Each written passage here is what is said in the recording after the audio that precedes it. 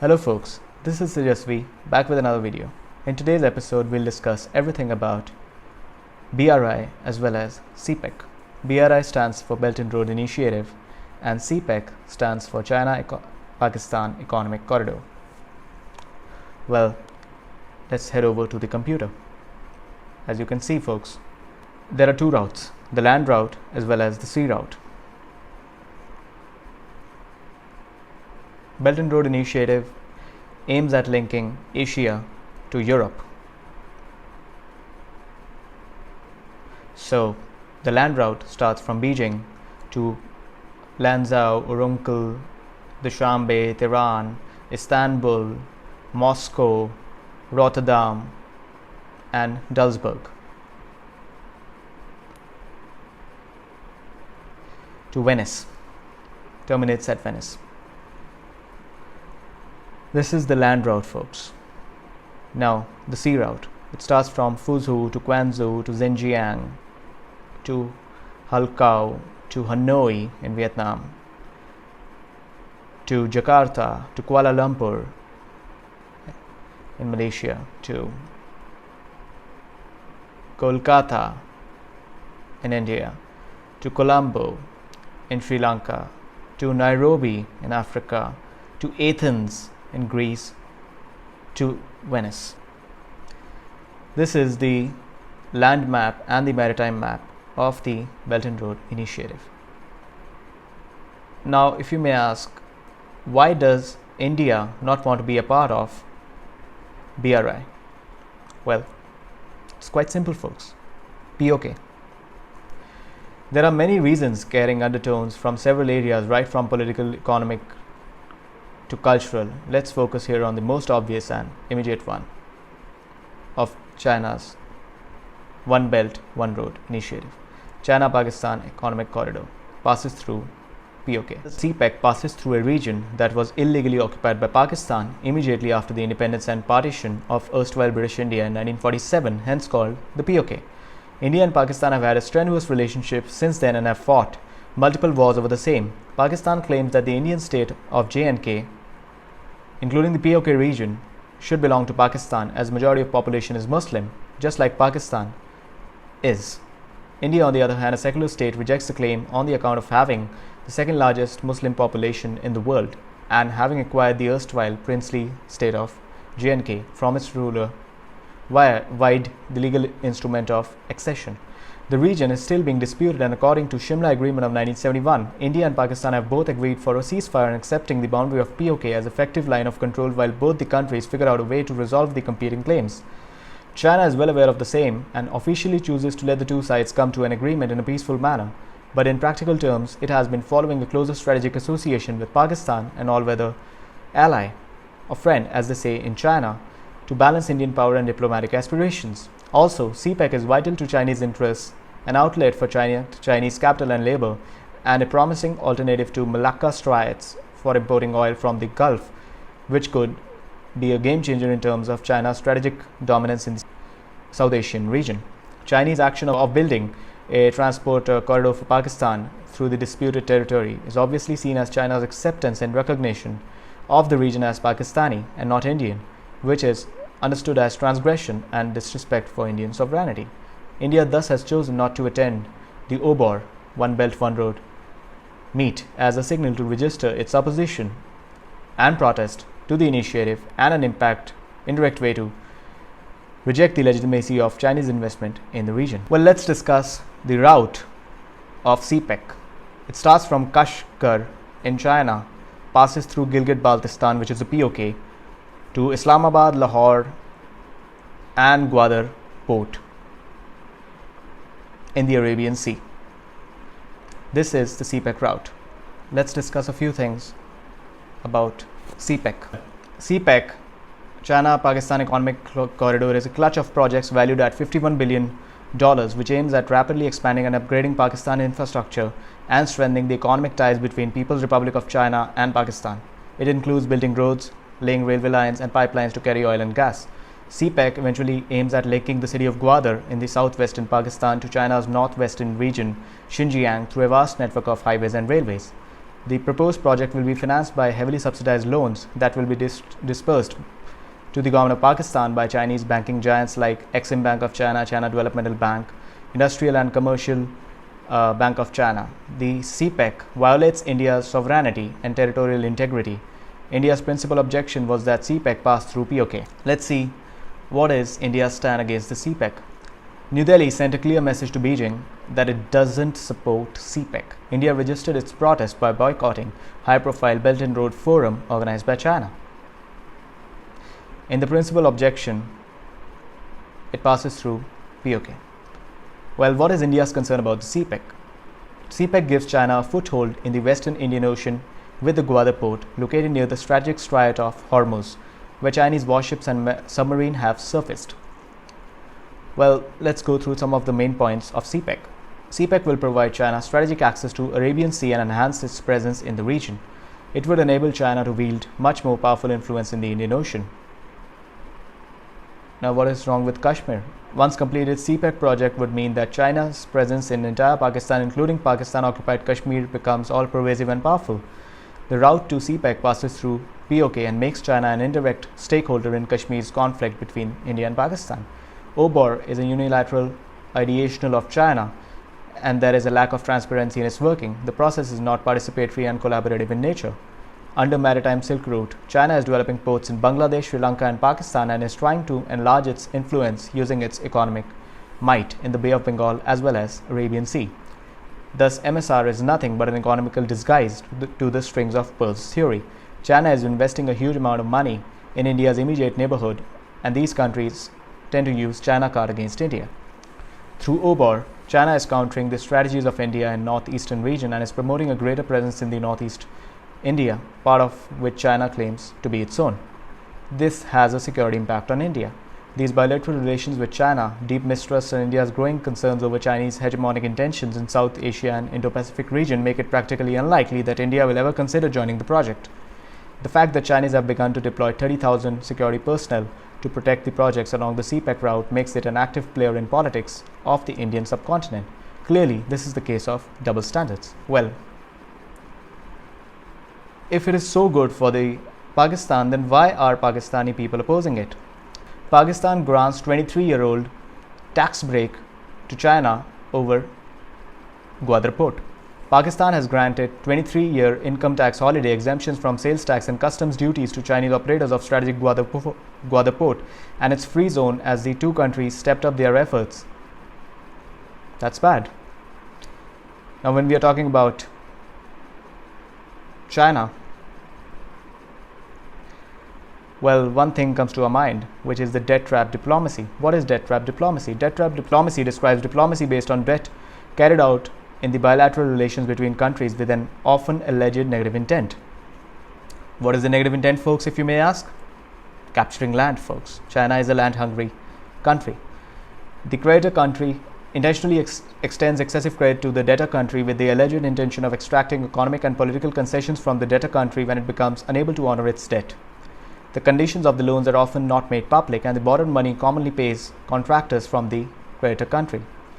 Although the term has been applied to lending practices of many countries and the International Monetary Fund, it is currently most commonly associated with the People's Republic of China.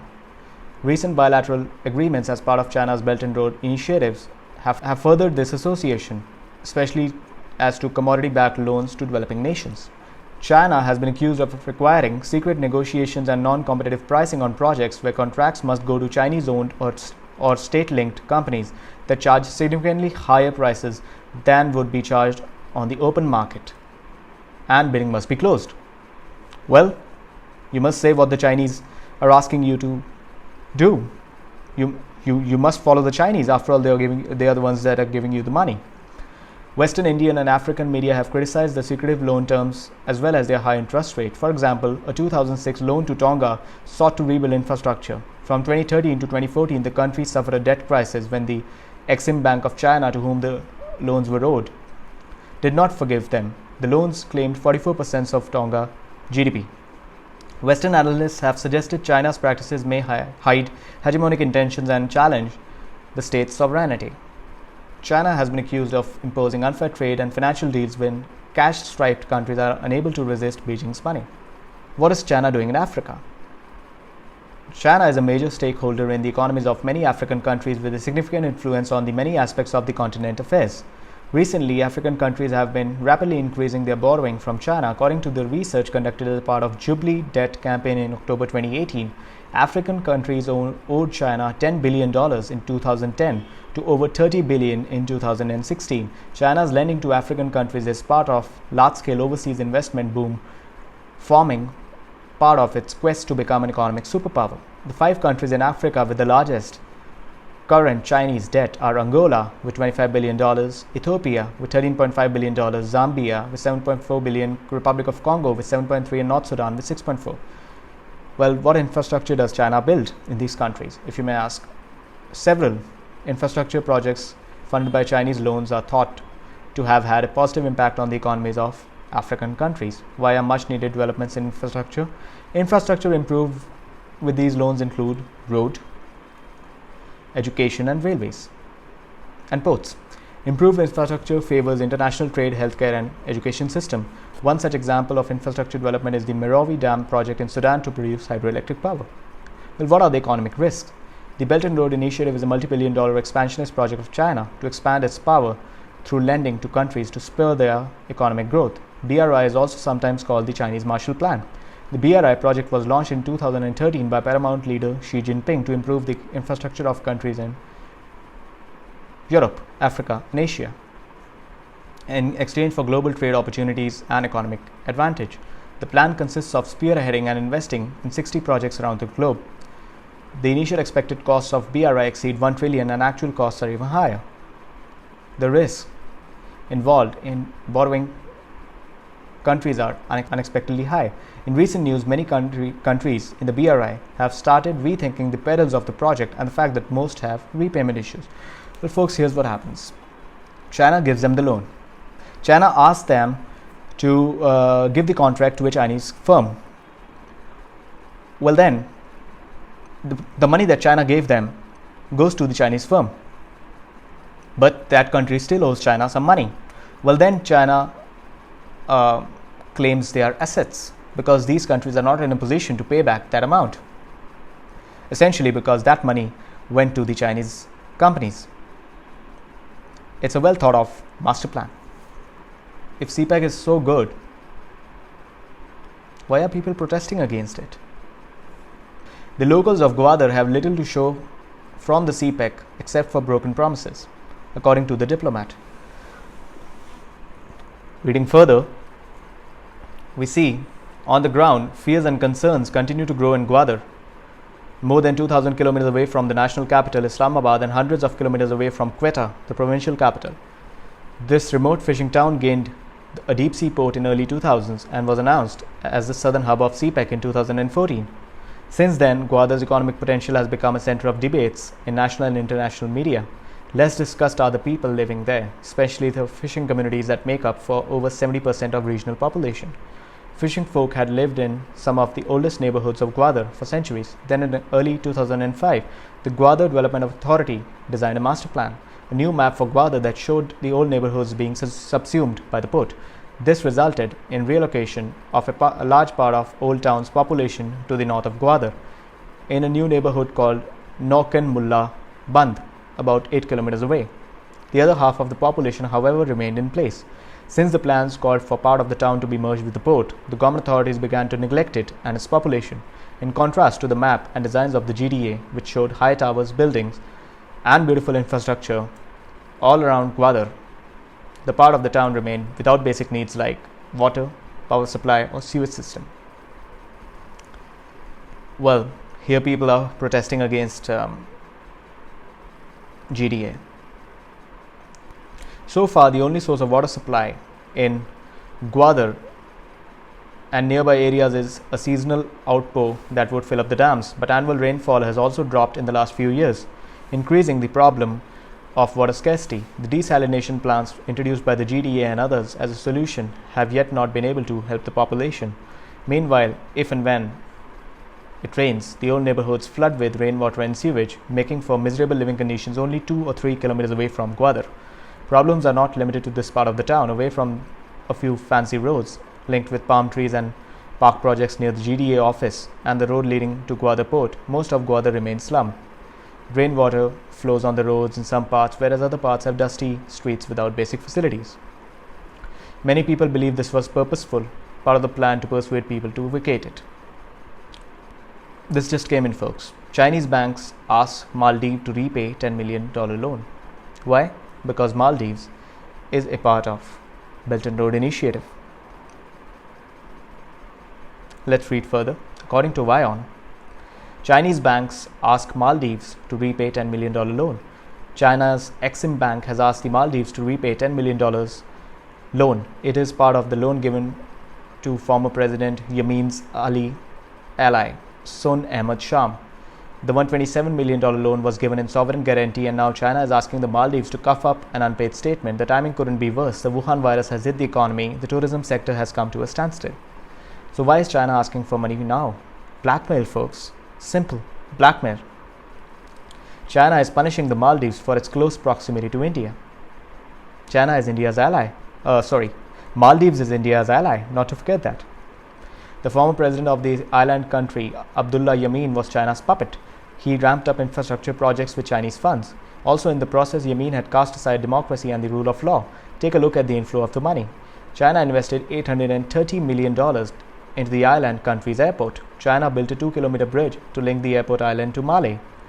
It also built 25-story apartment complex and hospital in the Maldives. Beijing sent 306,000 tourists to the Maldives in the year 2018. Talk about China's debt trap diplomacy. Here's a question: why the Maldives? Because it holds strategic importance for Beijing. The Maldives has key shipping lanes. It is located along China's shipping route to the Middle East. During a visit to the Maldives in 2014, China's President Xi Jinping had announced that Maldives could become part of the Maritime Silk Route. In other words, Belt and Road Initiative, folks. In August 2018, 3 Chinese naval ships docked in Male. The Maldives racked up estimated $1.3 billion debt to China. That's more than a quarter of Maldives' GDP, folks. The estimates are conflicting. In 2018, the former president Mohammad Nasheed said that China had handed over an invoice of $3.2 billion. It was an invoice. It had a figure, $3.2 billion. You have to pay it. It was shocking, according to the president. It wasn't just a conversation. It was written, note handed over. It was clear. You owe us this much. Currently, Maldives owes billions of dollars to China. What happens if it doesn't pay $10 million to China's Exim Bank? It could impact credibility of Maldives. What happens if Male pays? It could impact its foreign trade and forex reserves. India has handed over a check of $5.6 million. This is just for the implementation of high-impact grant project. In July, the State Bank of India announced liquidity support of $16.2 million for businesses and deferred loan repayments. But India may not be able to extend this support to all countries being crushed under Chinese debts. They can either learn from Maldives or brace for disaster. That's how it is, folks. That's how China's politics works. Well, let's talk some more about CPEC. As you know, the CPEC is building roads, railways, everything for Pakistan. Then why are some people in Pakistan against it? According to Nikkei Asian Review, Pakistani separatist group unite against the BRI. Baloch and Sindhi separatist groups in Pakistan have announced they are forming an alliance aimed ostensibly at attacking Chinese interests in development, likely increase security costs for the BRI. And China has specifically asked Pakistan to declare these two as terrorist organizations. China has specifically asked Pakistan to declare these two and some of its citizens as terrorists, as threat to national security. Sindh and Baloch are equally affected by the expansionist and oppressive resolves of China. Through the CPEC, China aims to subjugate Sindh and Balochistan and occupy the coasts and resources from Badin to Gwadar. These two organizations doesn't want China occupying their assets, which Prime Minister Imran Khan is really willing to sell. He's willing to sell the country to the Chinese. The CPEC consists of a variety of infrastructure projects under China's Belt and Road Initiative with financial help from Beijing. Pakistan and China, which both have tense relations with India, have been allies for decades. Baloch insurgents claimed that an attack on Pakistani stock exchange in June was carried out with support for Sindhi separatists. Security officials told local media that with the alliance, Sindhi insurgents can now launch deadly attacks with the help of Baloch militants. Members of crime scene unit of Karachi police prepare to survey the site of the attack at Pakistani Stock Exchange.